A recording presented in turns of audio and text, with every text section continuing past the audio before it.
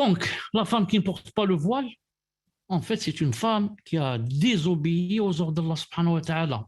Et on sait que Allah subhanahu wa ta'ala, il y a beaucoup de versets qui menacent que celui qui n'obéit pas à Allah subhanahu wa ta'ala, de le châtier en enfer. Comme il a dit dans Sourate An-Nisa, verset 14, il a dit dans le sens rapproché, quiconque désobéit à Allah et à son messager, transgresse ses ordres, il le fera entrer au feu pour y demeurer éternellement. Et celui-là aura un châtiment avilissant. Si quelqu'un dit oui, mais je ne sais pas ceci, cela, je pense ceci, mais c'est bien de penser, d'avoir déjà l'intention d'avoir. Mais attention, quand Allah subhanahu wa ta'ala ordonne qu'on fasse une chose, ou là ordonne qu'on s'éloigne d'une chose, le croyant, c'est pas à lui de choisir. C'est Allah ta'ala qui l'a créé, c'est lui qui lui dit ce qu'il doit faire et ce qu'il ne doit pas faire. Quoi manger, quoi ne pas manger. Comment prier, comment ne pas prier. Comment s'habiller, comment ne pas s'habiller. Et comme ça. C'est pour ça que Allah subhanahu wa ta'ala a dit dans Sourate Al-Ahzab, verset 36, dans un verset rapproché, il a dit « Il n'appartient pas à un croyant ou à une croyante, une fois qu'Allah et son messager ont décidé d'une chose, d'avoir encore le choix dans leur façon d'agir. Subhanallah al-azim. وما كان لمؤمن ولا مؤمنة إذا قضى الله ورسوله أمرا أن يكون لهم et dans une autre citation أن تكون لهم الخيرة من أمرهم. Il n'appartient pas à un croyant ou une croyante. Si vraiment je suis croyant ou croyante, une fois qu'Allah et son messager ont décidé d'une chose, d'avoir encore le choix dans leur façon d'agir. Et quiconque désobéit à Allah et à son messager, c'est égaré, certes, d'un égarement évident. Sauf Allah Ta'ala a décidé d'une chose, khlas, tu n'as plus le droit de dire je vais choisir, faire cette chose ou ne pas la faire. Khlas, il a décidé, si tu es croyant ou croyante, tu dois obéir, c'est tout. Quant aux hadiths, sont nombreux qui menacent la femme qui n'a pas le voile et qui montrent ses atours aux hommes et à ceux qui ne sont pas des maharim. Et je vais citer un ou deux, c'est tout.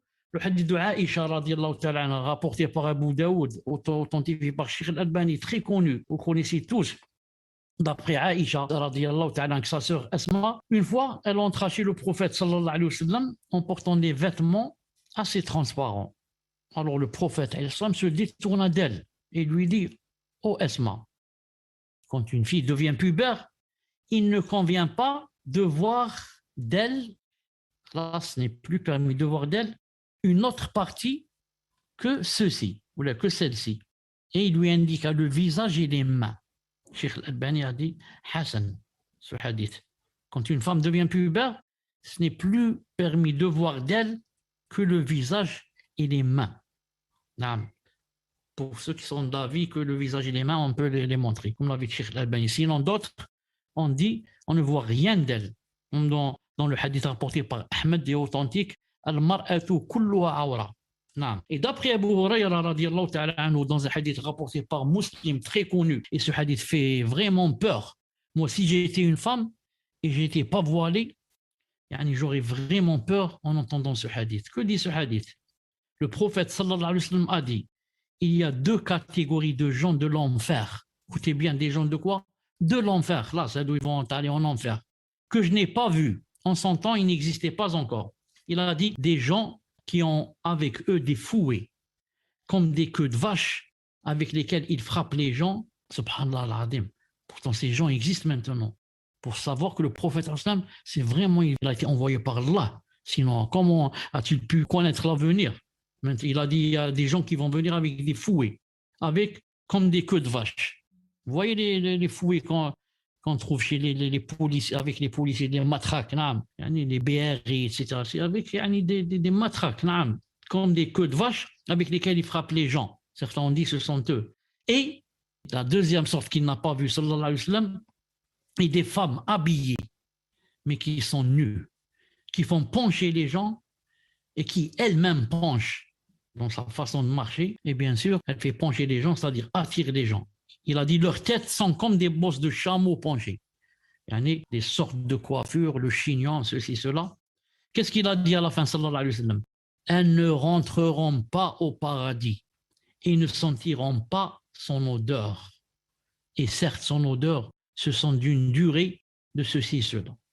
Subhanallah al-Azim. Donc, la deuxième catégorie, c'est quoi? Des femmes habillées mais qui sont nues. C'est-à-dire qu'elles sont habillées au regard des gens, alors qu'en vérité, elles sont nues par rapport à ce que Allah Ta'ala a prescrit dans la charia. Car elles portent des vêtements non légiférés. Donc, c'est un vêtement que Allah Ta'ala n'a pas légiféré. Allah Ta'ala a légiféré le voile, pas le tricot, le buste, je ne sais pas comment ça s'appelle.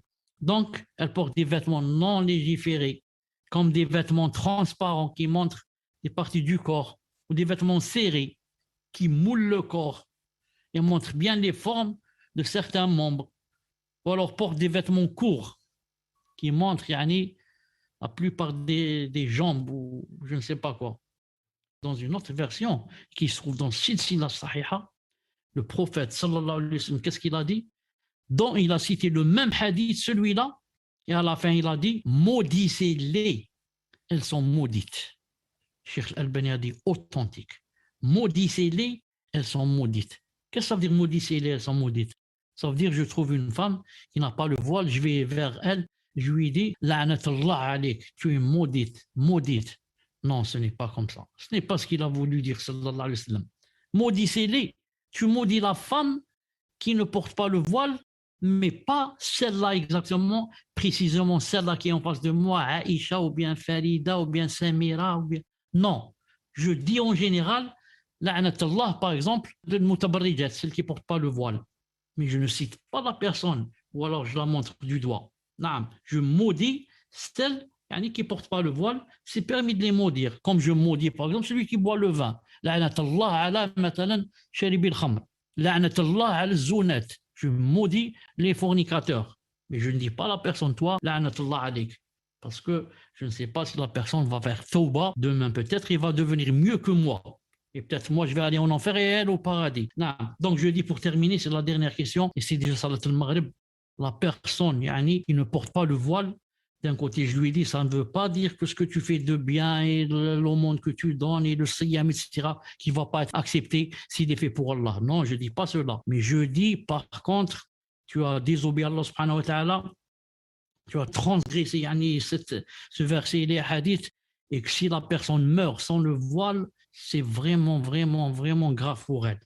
Vraiment grave. Je ne dis pas des kafira ou là, mais je dis c'est vraiment grave pour la personne si elle va mourir, et on ne sait pas quand est-ce qu'on peut mourir, sans porter le voile. Que Allah subhanahu wa ta'ala aide cette personne qui a posé la question à ce qu'elle change de vision, qu'elle comprenne bien que ce qu'elle fait est très grave et qu'elle mette le voile et fasse la tawba bi'idnillahi subhanahu wa ta'ala.